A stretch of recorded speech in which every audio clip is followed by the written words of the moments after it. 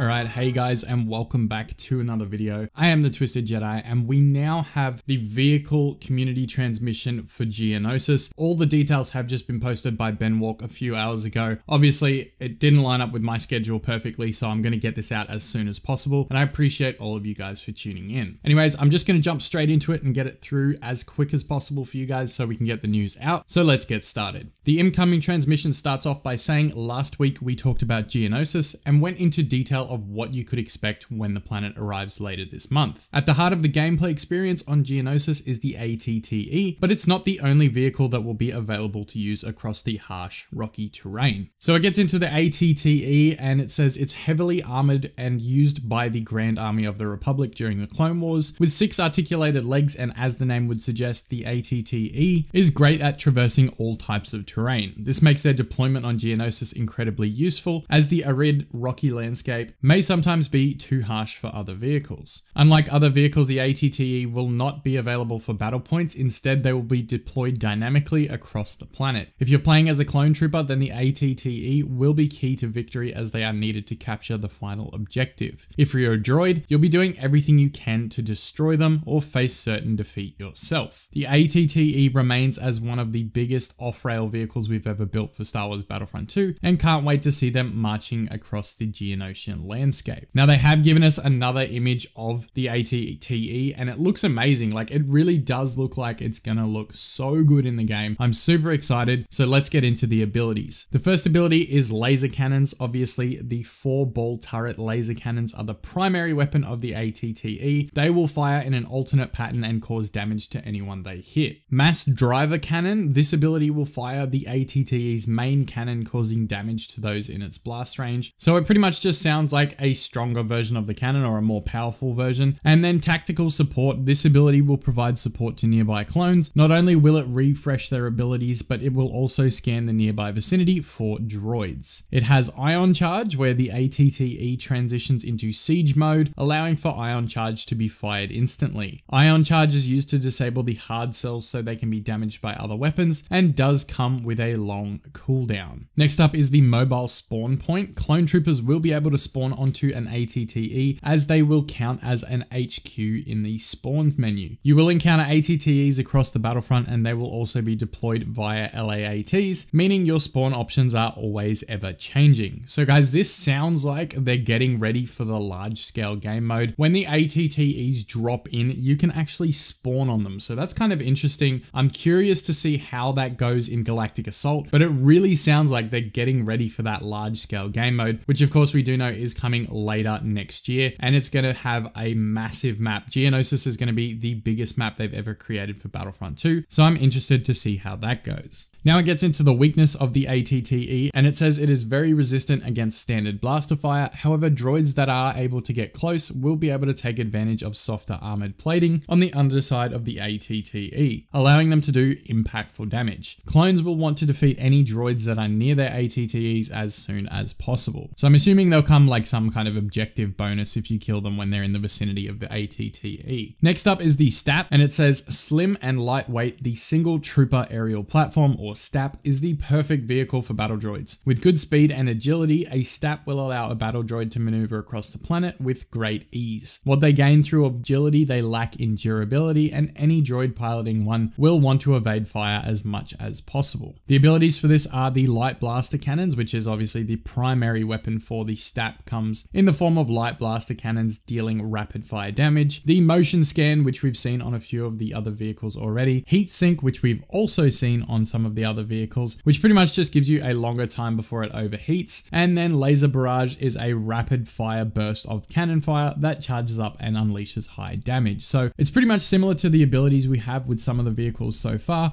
but the battle point cost is only going to be 150. So quite low for that one. And I'm assuming it's going to pretty much get destroyed quickly from the sounds of it. Moving on to the BARC Speeder, and yes, one less thing we needed was another speeder to get spammed by, but obviously this one is similar to the STAP. Speed and mobility are key for the Biker Advanced Recon Commando Speeder. They are fast and aggressive. The BARC Speeders will provide clone troopers with a great means of transportation across the planet, but they suffer also from lack of durability, so similar to the STAPs. The abilities are light blaster cannons, motion scan, heat sink, and laser barrage, just like the STAPs. Pretty much identical, but for the other team, with obviously a different movement pattern and things like that. So it sounds like it's just going to be your usual speeder bike look. That's it for this transmission, but they said they'll be back with more very soon. Next week, they're going to be taking a deep dive in Obi-Wan Kenobi ahead of his release in the Battle of Geonosis updates. It says they'll be touching on abilities, appearances, and maybe a few other things too. So that is very interesting. We are 15 days away from the update, guys. We are so close. I'm super excited. I know all of you guys can't wait to get your hands on Geonosis and Obi-Wan. So smash a like for the hype of Geonosis, and I will see you guys in the next video. As always, thank you so much for watching. I am the Twisted Jedi, and may the Force be with you always. The Sith are all powerful. You are no match for me.